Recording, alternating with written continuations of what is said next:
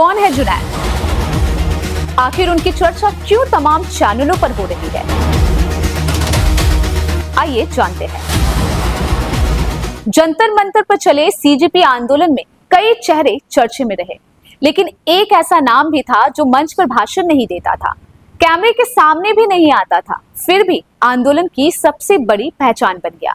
ये कहानी है मोहम्मद जुनैद की, जिन्हें प्रदर्शनकारी प्यार से जुनैद भाई कहते थे। मोहम्मद जुनैद दिल्ली के जंतर मंतर पर चल रहे सीजेपी आंदोलन में किसी बड़े नेता या प्रवक्ता की भूमिका में नहीं थे। गाजियाबाद के नहाल गांव के रहने वाले जुनैद एक वॉलंटियर के तौर पर आंदोलन से जुड़े थे। उनका काम था प्रदर्शनकारियों के लिए खाने पीने का इंतजाम करना, पानी पहुंचाना और जरूरी सामान उन तक पहुंचाना। लेकिन अचानक जुनैद का नाम सुर्खियों में आ गया।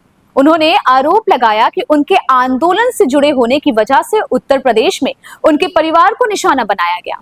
परिवार का दावा था कि पुलिस उनके घर पहुंची, तलाशी ली, उनके पिता मुस्तफा को अपने साथ ले गई और बैंक, पासबुक, पैन कार्ड जैसे दस्तावेज अपने कब्जे में ले लिए।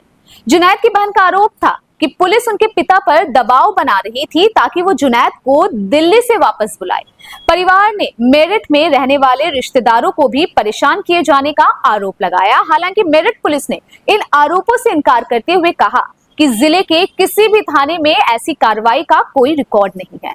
सीजेपी ने जुनैद के मामले को आंदोलन से जुड़े लोगों को डराने और दबाव बनाने की कोशिश बताया।